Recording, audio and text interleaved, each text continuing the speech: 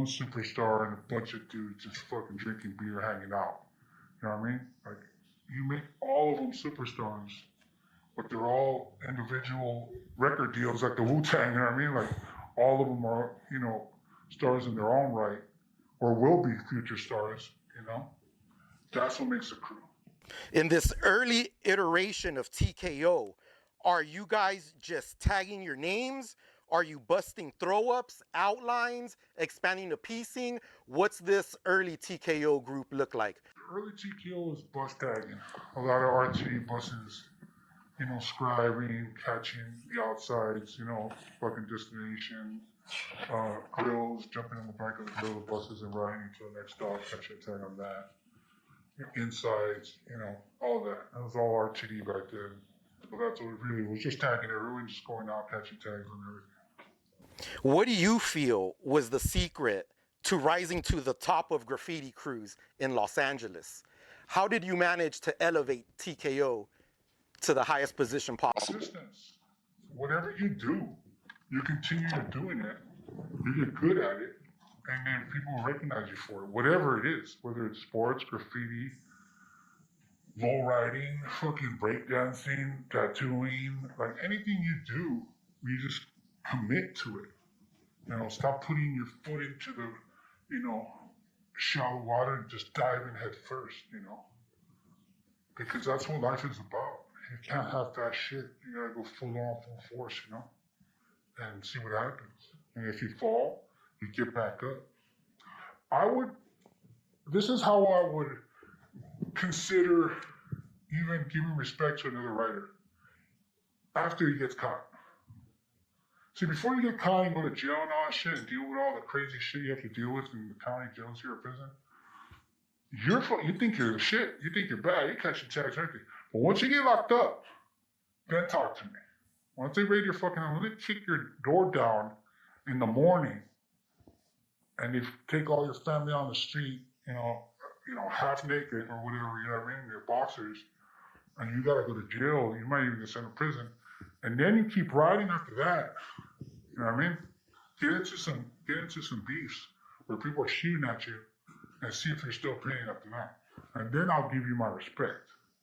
But if you ain't never been caught, you ain't never got into any hot shit, then I don't want to hear about it, you know what I mean? As a matter of fact, I give more credit for talented kids that live in hoods, no matter what. I'm just not saying in LA, I'm saying around the world, Brazil, wherever.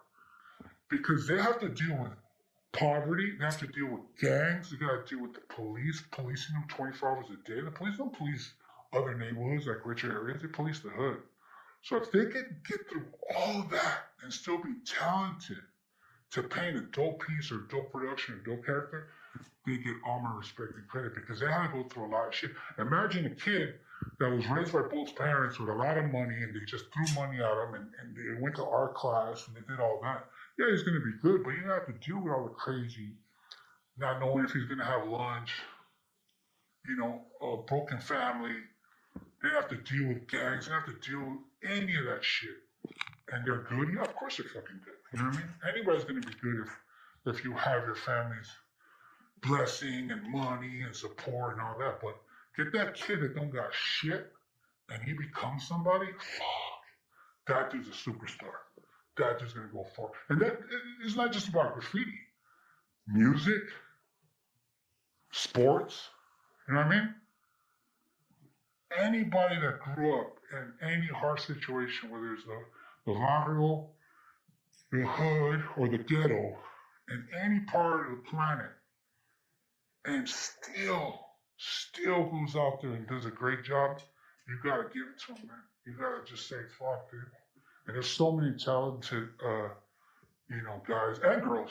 You know, TKO has had a long history of female writers, and I've always pushed that. You know, I'm happy that I've had from day one, from back in the early 90s, we had a bunch of females. And it wasn't like that's the girlfriend of a writer or a crew. No, I pushed them to just get up.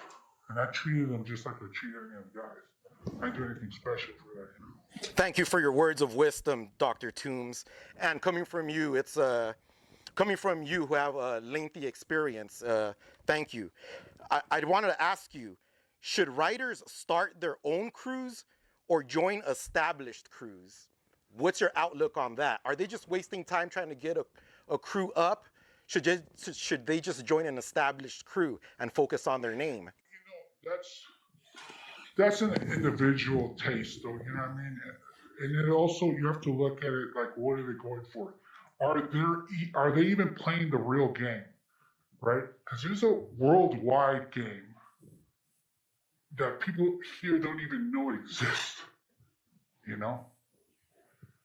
And then there's a local game, you know, that they play here in Los Angeles. And so it depends. If they want to help out a crew that's already established and they're a band of brothers that have been here a long time, they can teach them something. And yeah, that's good. Because they can teach you what they know. But it also comes with you have to get whoever they have beef with, whatever problems they had, the animosities that they've built out for, you know, several years of being on the streets and making mistakes and making enemies and, you know, all that comes with everything. But, you know, let's say they start a brand new crew tomorrow. It's like a pea in the ocean. You know what I mean? You're not really going to do much unless you stand out crazy. And that'll only come out after several years anyway, you know? So it really just depends on what game and what level you're in. There's people, when I retired, thought like I just, you know, jumped off the face of the earth because they've never left their 5-block radius of Los Angeles. They don't know what I've done in, you know, Mexico or Latin America. You know, they don't know I went to Medellin, Colombia. They don't know I went to all over Mexico or all over Europe. They don't know shit. They only see what they see, what I allow them to see too, what I've released. You know, they don't know anything about me. Like I said, if you met me 5 years ago or 10 years ago or 20 years ago, you don't know me now. I'm not the same person. What do you feel has been the toughest part of running a successful crew like TKO? Other people bringing in their 2 cents. I feel since I was a kid, I've tried to create something and other people have to go and fuck it up. Other people always have to fucking come in and steal my ideas, try to steal my members, try to fucking tell them all kind of shit because I'm a pretty tough person, period, you know? Not that I'm mean or anything, but, you know, I'm all business.